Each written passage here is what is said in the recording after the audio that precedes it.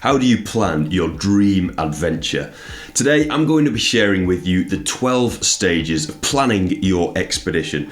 My name's Oli France and I've devoted most of my life to taking on and guiding people on adventures and expeditions right across the globe through over 75 countries, from Siberia to Iraq to Syria to Yemen to the depths of the Congo. And I'm going to be sharing my hard-earned advice with you today. Every single one of these steps is critical if you want to pull off your adventure, your expedition in the perfect way, so make sure you watch every single step.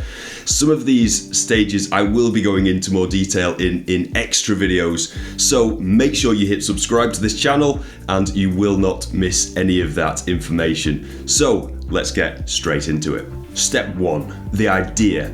This is where it all begins. What is your source of inspiration, your big dream? Maybe you've got a dream already, an expedition that you'd really like to take on. If not, this is where you need to start thinking about what kind of challenge do you want to do? Is it going to be on foot? Is it going to be by bike, by kayak, in the mountains, in the deserts, in polar regions, in your local area? It really doesn't matter. But the key here is to figure out what it is you want to do. What is the big idea? If you don't have that idea, think about what sources of inspiration you can delve into, whether that's social media, books, websites, reading about other expeditions, getting a sense of what you want to do. It all starts with the big idea. Once we've settled on our big idea, it's then time to think about the specific goals and objectives which we want to reach for with our expedition. And this is really what separates an expedition from a holiday or general wandering, traveling. So with an expedition, you want to be very, very clear about what it is you want to achieve. Where do you want to start from? Where do you want to finish? What do you want to get out of the expedition? And this is where you need to ask that question of why am I doing it? Do I want to go and have a big adventure of my own? I'm not too concerned with what other people have done. Do I want to set a new record? Do I want to see somewhere that's never been explored before? Is there a particular mountain that you want to climb? Here we need to be very specific about what our goals are. Then we can start to think about how we're going to achieve these goals and objectives. Once you understand your objectives, then it's time to go deeper into researching your expedition. And this stage really is critical if you want your expedition to be a success. So it's time to start thinking about what's the climate like where I'm traveling to. Some destinations may only have a window of 1 or 2 months in any given year when it's possible to go there on an expedition. So think about the climate, think about the terrain you're going to be moving through and any potential hazards that could bring. And where do you go to get this information? Well, you've got to bear in mind, if you're going somewhere particularly remote, very often there's very, very limited information out there. So what can we do? How can we learn about these remote places that we're traveling to? Well, first of all, we can start online. We can do some research there. We can see, has somebody else been there and done an expedition? Is there some knowledge we can tap into that they've fed out into the world? Maybe that's videos, blog posts. Maybe we can even reach out to people directly, ask them for some information if they're willing to share that. We can also check out magazines. We can read adventure literature, outdoor journals, things like that. You can delve into things like the Royal Geographical Society. They've got a whole heap of expedition documents from the last few decades. So there are countless resources out there.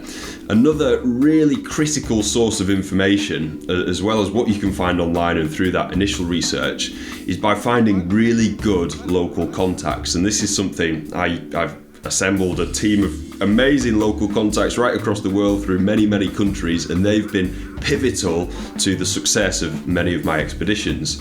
Having a good local contact with up-to-date, detailed knowledge of a particular country, particular region, not only is that going to increase your safety, but it's also really going to maximize your chances of success. And I'm not saying that contact needs to come with you on the expedition, but if you can find somebody in a country, and again, you can do research to locate the right person, you can ask around, you can speak to fellow adventurers, having that person really is critical. And I would not suggest skipping that step.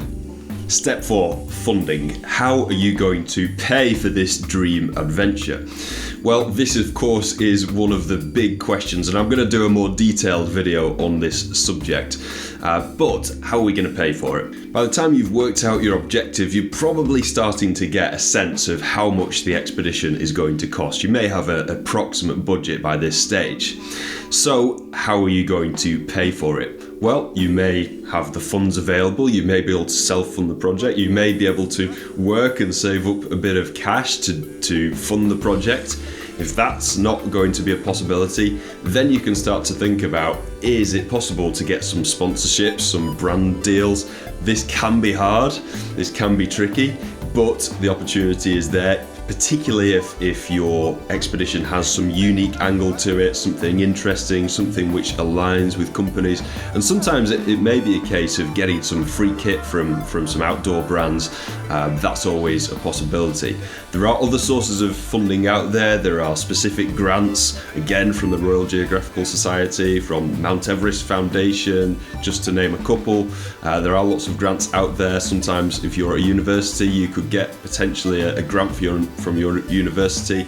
People have even done Kickstarter funds and funded expeditions in a whole range of creative ways. But start to think about, is it possible for me to get the funding to pull off this expedition?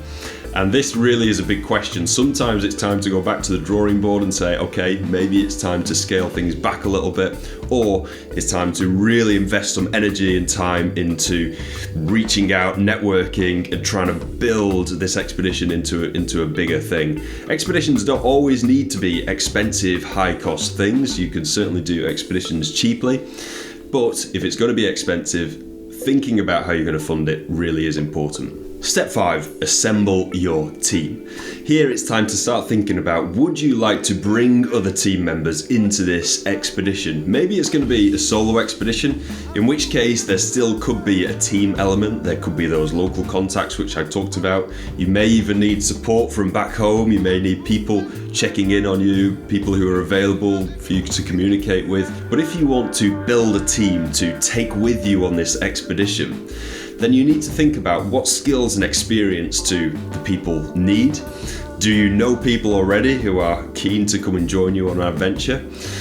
Do you need to do some outreach and try and build a team from people you don't already know? And there are ways you can do this. I'm going to, again, do another video which talks about how you can find these adventure buddies, these adventure partners.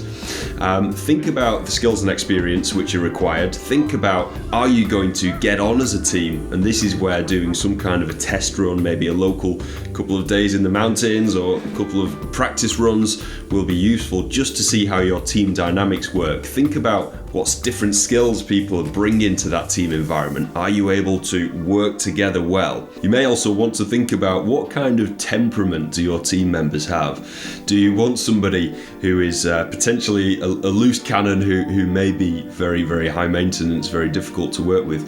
Or do you want somebody who's going to be calm, who's going to be positive, who's going to be resilient? These are the sorts of things we tend to look for expedition partners, all things that are worth thinking about. Because remember, once you're on expedition, the stresses and strains of expedition life can be really intense. So having a really united team really is critical. For step 6, you want to create a detailed itinerary or route plan. And this is going to be your guiding light. This is going to be what takes you from A to B across your expedition. And here there are a few important considerations. Are there any potential hazards along your way? Are there places where you can resupply water, resupply food? Maybe you'll be taking food and some water with you. You can break this down into a day-by-day itinerary or a broader, more flexible itinerary as you prefer. Think about factoring in some contingency days. Sometimes things don't go to plan for whatever reason. Maybe there's bad weather, maybe you have some equipment failures. Things can change. Also think about any escape routes or exit routes on the itinerary. So if you're doing, let's say, a mountain climb and there are no escape routes, there are no plan Bs, there are no easy ways to get down from the mountain, then that leaves you quite exposed.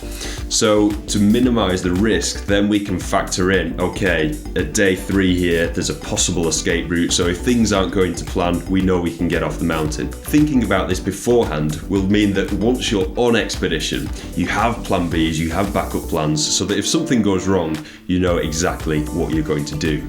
Step 7, permits, visas and permissions. You forget about this step and you risk jeopardizing your entire expedition.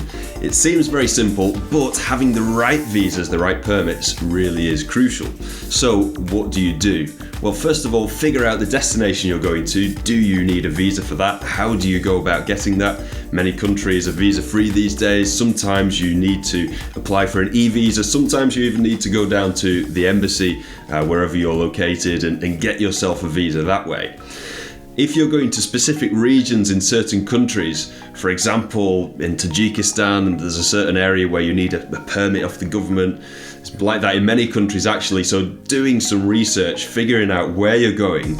Does that region need a permit? Do I need any specific permissions? I've even traveled to places where we've had to get permissions off the local navy, the local army. Again, lots of these sources of information have come from those really solid local contacts.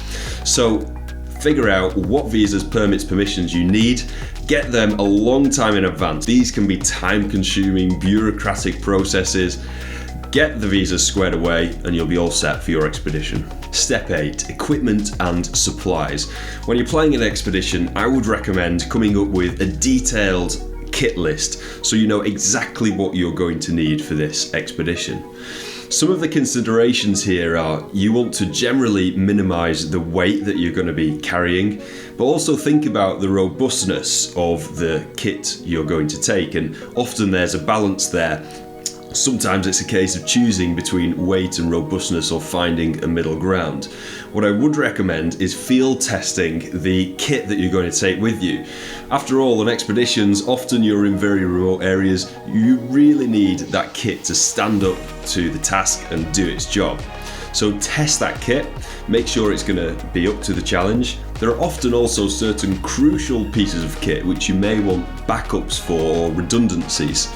So think about, for example, your communications equipment. If you only have one way of communicating with the outside world, probably need a redundancy there, and I will talk more about that in the next section. Think about where you're going to source that kit from. Maybe you have some already, maybe you can borrow some from friends, maybe you can get some second hand.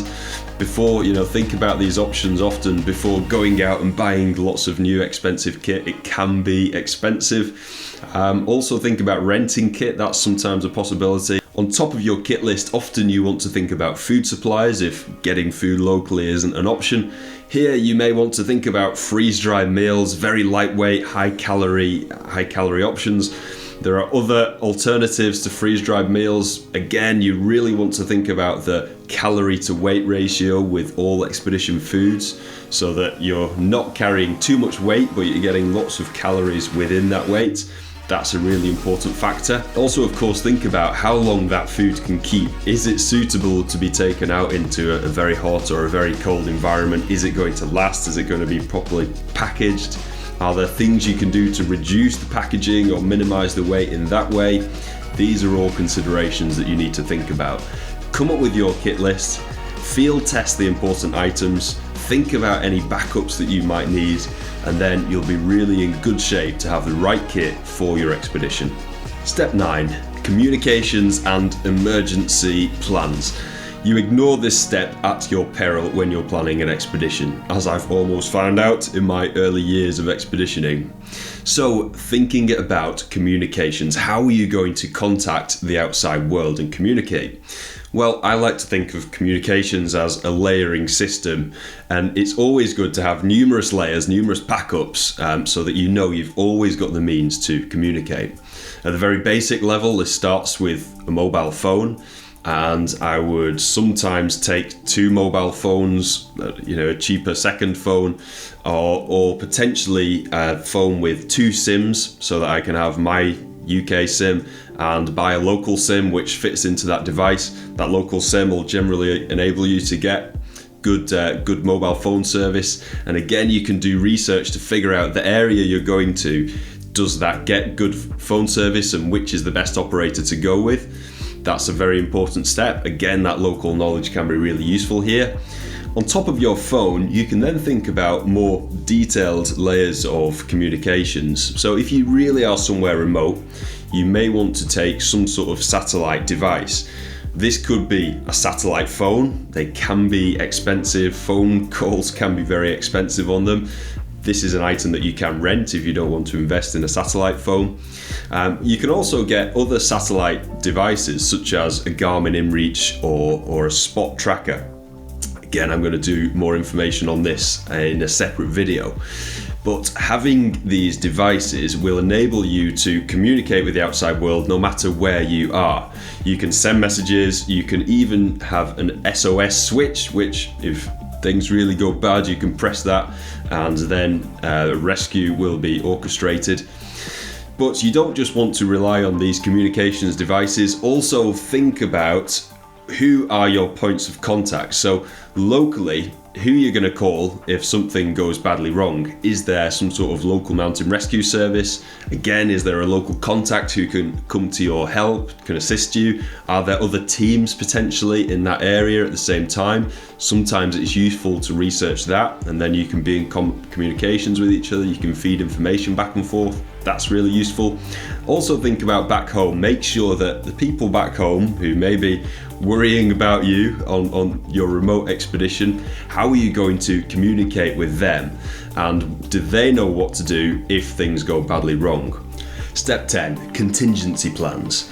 I've touched on this in some of the previous steps for planning an expedition, but having contingencies is a crucial part of planning any expedition. Because of course you're going somewhere remote, you're trying something new, you're pushing yourself physically, so having those backups in place is a crucially important step. This can involve having those exit plans, those escape routes which I mentioned.